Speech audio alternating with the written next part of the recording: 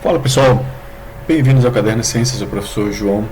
No vídeo de hoje eu vou trazer três notícias bastante interessantes para a gente aqui analisar. A primeira fala sobre o problema das mudanças climáticas que vem acontecendo aqui, em nível escala mundial, e um estudo que faz a análise desse fenômeno, dessas consequências das mudanças climáticas em nível regional e os problemas advindos deles para determinadas populações. No segundo estudo a gente vai ver, foi feito um estudo sobre a quantidade de chuva encontrada no leite humano, tá? O jornal da USP acabou publicando essa notícia de uma pesquisa que foi feita no instituto que faz parte ali da USP, o Instituto de Ciências, e conseguiram fazer análise dos problemas associados do chumbo, né? Uma substância neurotóxica que foi encontrada no leite materno de algumas mães ali no estado de São Paulo.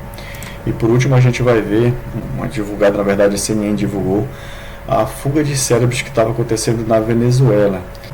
Como no Brasil esse fenômeno já aconteceu também, a gente vai fazer um comparativo sobre essas questões, beleza? Vamos para a nossa primeira notícia aqui, gente. Se você não segue nosso canal, já vai seguindo aí, dá essa força pra gente que faz a divulgação científica, né? Olha só essa notícia do site Trust My Science, que é um site que eu gosto muito de utilizar, é um site francês que sempre faz divulgação de artigos científicos que são postados na Nature, na Science, né, diversas revistas internacionais com reconhecimento internacional. E aí eu gostei muito desse aqui, olha. Fenômenos climáticos extremos impactarão 70% da população mundial nos próximos 20 anos, segundo esse estudo aí. O que é interessante, a gente sabe que as mudanças climáticas imaginadas nos modelos que foram realizados em pesquisas, né, pelo mundo todo, em universidades renomadas, falavam que possivelmente as mudanças climáticas iriam afetar grande parte da população mundial, mas não de uma forma tão rápida assim. E aí, aquela previsão que existia, que seria, né, a médio e longo prazo, acabou virando um impacto global em uma escala de curto prazo. Então, olha só o que é que fala aqui, olha. Um estudo centrado nos impactos climáticos regionais conclui que quase 70% da população mundial, ou seja, cerca de 5,6, no caso seria bilhões de pessoas, enfrentará condições meteorológicas extremas nas próximas 2 décadas se as atuais tendências de emissões de gases do efeito estufa se mantiverem. Este número cairia para 20% se as emissões fossem reduzidas o suficiente para cumprir as metas do Acordo de Paris. Mas aí que está o problema. O problema é que justamente o Acordo de Paris não foi cumprido. Grande parte dos países que são grandes poluidores, emissores de gás carbônico na atmosfera, não acabam cumprindo esse acordo, o que afeta diretamente as populações, essas populações que são as afetadas, né? E aí esse estudo busca fazer, né, a análise do relatório de mudanças climáticas que é feito pelo laboratório Copérnicos e conseguiu identificar o seguinte, olha. Aqui mais para frente a gente consegue ver a emissão de gás carbônico aqui, e juntamente com a variação de temperatura, né, entre 1850, mais aqui embaixo, até 1900. Então essa temperatura variou bem pouco. Quando chegar aqui, olha, principalmente 2023 e 2024, a gente vai ver que em fevereiro de 2024 teve ali o fevereiro mais quente da história, e aí baixou um pouquinho, né, a temperatura, chegando até um aumento de 1,5 graus Celsius agora em agosto de 2024. Os últimos meses estão sendo os mais quentes da história, juntamente com o ano de 2023. Tá? Aqui mais embaixo a gente consegue ver aqui, ó, esse estudo é importante por conta disso, que a gente está vendo quais são os impactos regionais. Por quê? Quando a gente para pensar e para analisar o impacto em escala global, a gente sabe que a população mundial vai ser afetada. Só que a gente tem que pensar em políticas públicas, né, políticas sociais de combate às mudanças climáticas em escala regional, para tentar aproximar o máximo possível da realidade dos países o combate das mudanças climáticas. E aí a gente consegue ver aqui, ó, que alguns países serão afetados, né, com mais intensidade. É o caso da América do Sul, o norte da América do Sul, quando a gente vê aqui, ó, principalmente a região amazônica, a África setentrional, parte da Ásia. Principalmente os países com mais baixa renda serão os mais afetados, tá, gente? Então esse que é o grande problema. Quando a gente fala em impacto das mudanças climáticas, a gente tem que ver que algumas regiões serão mais afetadas, sim. E o artigo diz, tá? A notícia fala aqui, olha, principalmente regiões tropicais, subtropicais, Península Arábica, o sul da Ásia e a África Equatorial, tá? O Mediterrâneo, América do Norte e América do Sul e a Ásia Oriental também terão impactos sem precedentes.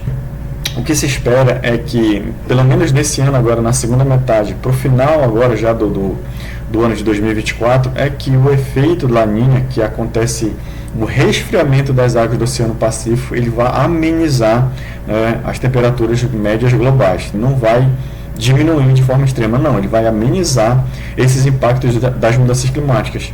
E a gente tem acompanhado e tem visto que a Amazônia, principalmente, aqui a Amazônia, né, é um bioma gigantesco que ultrapassa as fronteiras do Brasil, ela tem sofrido com queimadas. E essas queimadas, essa fumaça, ela obedece a mesma percurso, né, percurso atmosférico dos rios aéreos.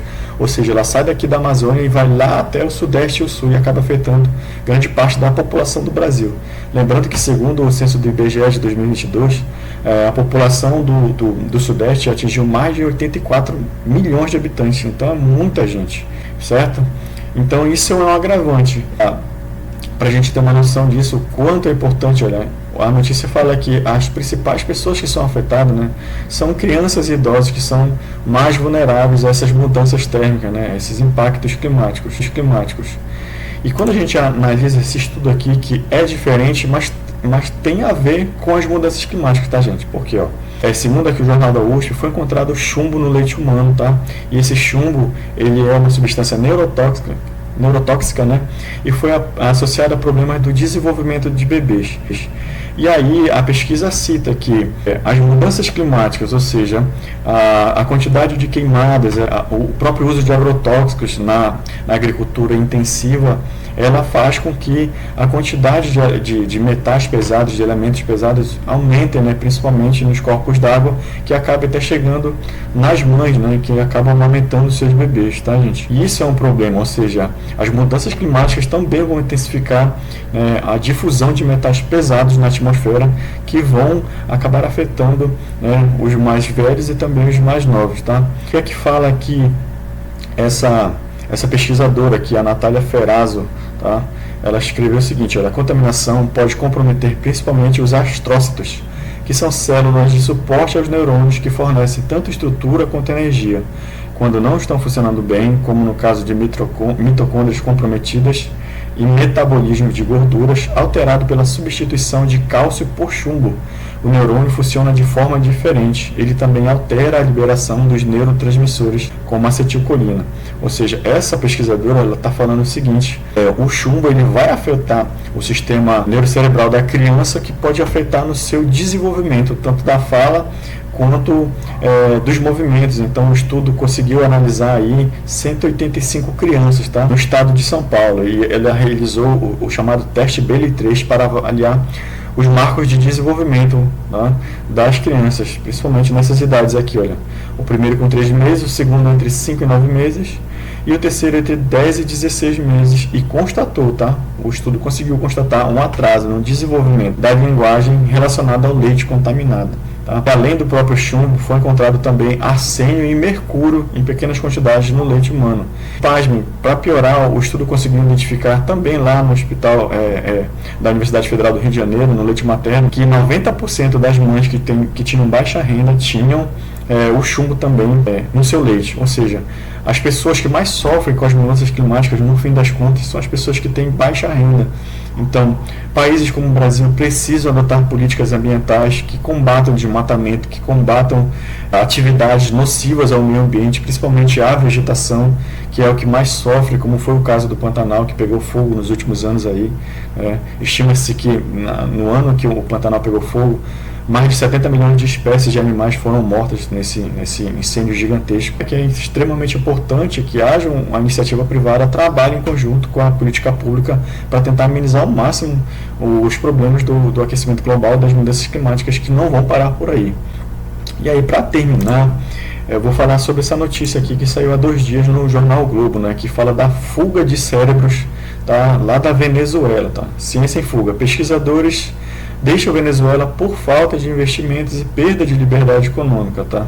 Então, o que é que acontece? Lá no caso da Venezuela, terceiro mandato, né, teoricamente, que foi muito questionado pelos órgãos internacionais e foi desaprovado pela maior parte dos países, como sendo uma eleição fraudada do Nicolás Maduro. Grande parte dos pesquisadores tem fugido do país por falta de liberdade acadêmica, tá? Eles têm relatado, tá? E aí tem uma outra coisa, o país também tem inflado os dados sobre a quantidade de pessoas, né, de pesquisadores que fazem parte do quadro deles. Um dos dados do Ministério lá da Ciência e Tecnologia da Venezuela possui 26 mil pesquisadores. Já uma pesquisadora que faz a análise desses dados já há bastante tempo, desde 2008, se não me engano, ela fala que esse número é muito abaixo. O nome dela é Jaime Raquena. Tá? Ela é membro da Academia Venezuelana de Ciências Físicas, Matemáticas e Naturais. Segundo os dados da pesquisa dela, não se passam de 1,2 mil pesquisadores que fazem parte do quadro acadêmico venezuelano. É muito similar, né, aos dados da Age Scientific Index, né, que é uma das instituições que avalia a quantidade de cientistas por país. E aí, essa fuga de cérebros não é algo incomum, ela acontece em vários países, como é o próprio caso do Brasil aqui, olha. Então eu achei essa notícia aqui, ó, que é de 2 anos atrás, tá? Olha, após fuga de cérebros, né, Brasil precisa voltar a atrair profissionais, tá? Isso aqui foi em janeiro de 2023 e a USP acabou fazendo uma análise dos dados de 2022. Ou seja, naquele período existia uma instabilidade política no país, né? Principalmente porque o governo Bolsonaro não apoiava a ciência no país, a ciência e tecnologia, então existia esse problema. Então, uma parte dos pesquisadores acabavam indo para a Europa. Mas aí tem uma pesquisadora que fala que, dependendo da ocasião, isso não pode ser uma coisa ruim, né? Pode ser algo positivo. Se esses pesquisadores que saem do país conseguem fazer parcerias com outras instituições renomadas internacionalmente e depois eles voltam para o país mais qualificados ainda, isso seria um dado bom. E vale lembrar também que outras notícias que mostram que no início dos anos 2000 aconteceu um fenômeno contrário. Pesquisadores do mundo vinham para o Brasil. Então essa mobilidade acadêmica, né, de pesquisadores, intelectuais e cientistas, ela é comum e claro que varia de acordo com as circunstâncias, e aqui no Brasil já aconteceu. Nesse ano de 2024 não tem uma notícia divulgada, mas entre 2022 e 2023 sim. Gente, eu vou ficando por aqui no vídeo de hoje. Eu espero que você possa deixar o seu comentário, que você achou dessas notícias, deixar o seu like, se inscrever no canal para estar recebendo mais conteúdo sobre a divulgação científica, notícias que saem diariamente no mundo todo. A gente faz esse trabalho aqui de coração. Eu espero que você tenha gostado e possa se inscrever no nosso canal e dar essa força aí, beleza? Um abraço.